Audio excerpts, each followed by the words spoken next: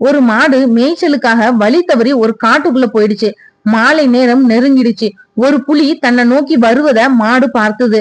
மாடு பயத்துல ஓட ஆரம்பிச்சது. அந்த புலியும் அதுக்கு பின்னால ஓட ஆரம்பிச்சது.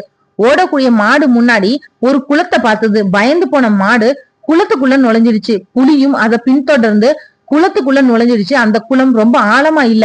அதுல கொஞ்சம் தண்ணி மட்டும்தான் இருந்தது. சேரும் இருந்தது. அதுல இடையிலான தூரம் ரொம்பவே குறைவாதான் இருந்தது.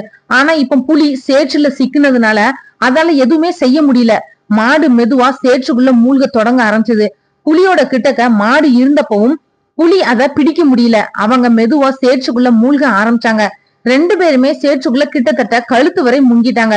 கொஞ்ச நேரம் கழிச்சு மாடு புலிய பார்த்து கேக்குது, உனக்கு உரிமையாளர் இருக்கிறாரா அப்படின்னு. புலி சொன்னது, நானே காட்டோட ராஜா, நான் யாருக்கும் சொந்தம் கிடையாது, நான் இந்த காட்டோட உரிமையாளன் அப்படின்னு சொன்னது ஆணவமா. ராஜாவா இருந்து என்ன பலன், நீயும் என்ன மாதிரி மாட்டிட்டு தானே இருக்கன்னு மாடு சொன்னுச்சு. நீயும் தான் என்ன போல சாக போற, உன்கிட்ட உரிமையாளர் இருந்தாலும் உன்னோட நிலை என்னுடையது மாதிரி தான் இருக்கு. இல்லவே இல்லைன்னு மாடு சொன்னுச்சு. என்னோட எஜமானர் மாலையில வீட்டுக்கு வந்து என்ன தேடி பாப்பாரு. அவர் நிச்சயமா என்ன தேடி இங்க வந்து என்ன இந்த மண்ணுல இருந்து வெளியே எடுத்துட்டு வீட்டுக்கும் கூட்டிட்டு போவாருன்னு சொன்னுச்சு. உன்னை யார் வந்து அழைத்துட்டு போவாங்க அப்படின்னு புலிய பார்த்து மாடு கேக்குது. கொஞ்ச நேரத்துல ஒரு மனிதன் அங்க வந்து மாட்டை சேற்றுல இருந்து வெளியே எடுத்துட்டு தன்னோட வீட்டுக்கும் அழைச்சிட்டு போயிட்டாரு.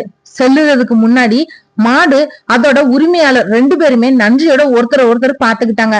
அவங்க விரும்பினாலும் புலிய சேற்றுல இருந்து வெளியே எடுக்க முடியாது.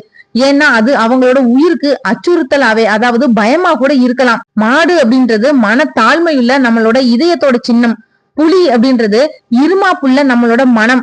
உரிமையாளர் சொல்லக்கூடியது கடவுள் பகவான் ஸ்ரீ கிருஷ்ணரை தான். குலம் சொல்லக்கூடியது இந்த உலகம்.